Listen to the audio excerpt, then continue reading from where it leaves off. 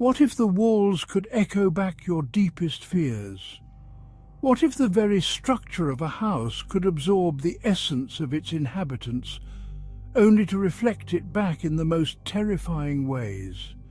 This is the story of Adrian, a man who discovered the chilling truth behind the echoes of an old forsaken house. Adrian found out in the most chilling way. Adrian moved into an old house on the town's edge, ignoring warnings of its eerie reputation. The house had stood empty for years, its windows like hollow eyes staring out at the world. Locals whispered about strange occurrences, but Adrian, seeking solitude and a fresh start, dismissed their tales as mere superstition. On the first night, he noticed a faint, peculiar echo following his words, even in the smallest rooms. It was as if the house was listening, absorbing his every utterance. The echo was subtle at first, a mere curiosity that Adrian attributed to the house's age and structure. It wasn't just any echo, it was delayed, as if travelling far before returning. The delay grew longer each night, and the echo seemed to carry a weight, a presence that made Adrian uneasy. He began to feel as though he was not alone, as if unseen eyes were watching him from the shadows.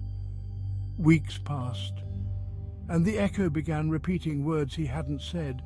It was no longer a mere reflection of his voice, but something more sinister. The house seemed to be communicating with him, its echoes filled with a malevolent intelligence. "Good night," he'd say. "Goodbye," it echoed. The words sent a shiver down his spine.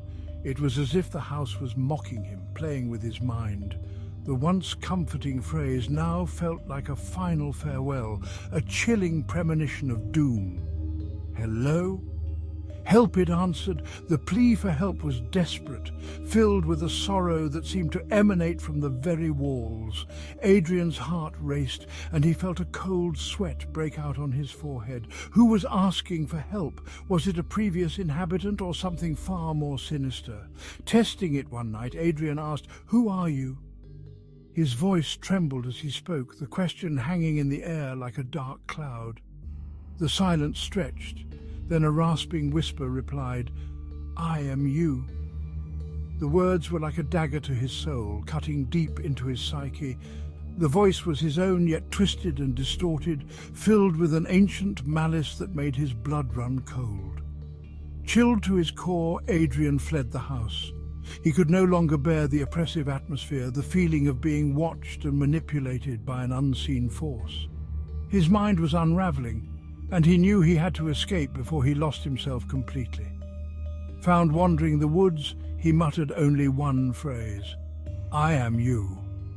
The words were a haunting reminder of the house's grip on his mind.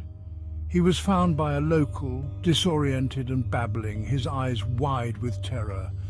The phrase became a mantra, a testament to the house's lingering influence. The house stands empty still, its windows remain dark, its doors closed to the world. The locals avoid it, their whispers growing more hushed with each passing year. The house has become a legend, a place of fear and mystery. But if you listen closely, some say you can hear a voice. The wind carries whispers through the overgrown yard, and the creaking of the old wood seems to form words. The house is alive with echoes, a testament to its dark history. Whispering, "I am you." The phrase lingers in the air, a chilling reminder of the house's power. It waits, patient and eternal, for its next visitor. The echoes are a siren call, drawing the curious and the unwary into its grasp, waiting for its next visitor. The house is a predator, lying in wait, its echoes a trap for the soul. Those who enter may never leave, their voices joining the chorus of the damned. The echoing is a haunting tale, a reminder that some places are best left undisturbed.